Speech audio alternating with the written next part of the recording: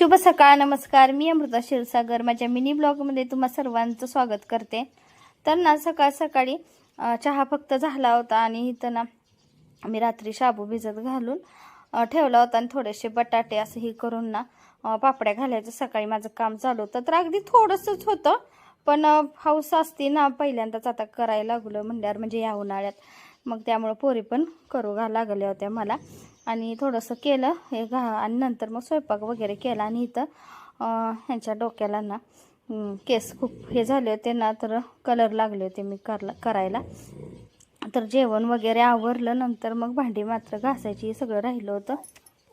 भांडी लागली घासायला, तर भरपूर स्वयंपाकाची जेवणाची केलं ना शाबूचं, त्यामुळे त्याची अशी भरपूर भांडी पडल्यात. तनुला म्हणलं जरा चुलीजवळच आवर, तोपर्यंत लय धुरळाही झाले तिथं मगाशी करून. आणि तिला म्हणलं आवर तू, कपडे वगैरे लावल्यात मशीनला, तर भांडी वगैरे घासून घेते मी. आणि चुलीमुळे ना 2-3 पातेली काळी झाली. आता ही व्यापच आहे मला.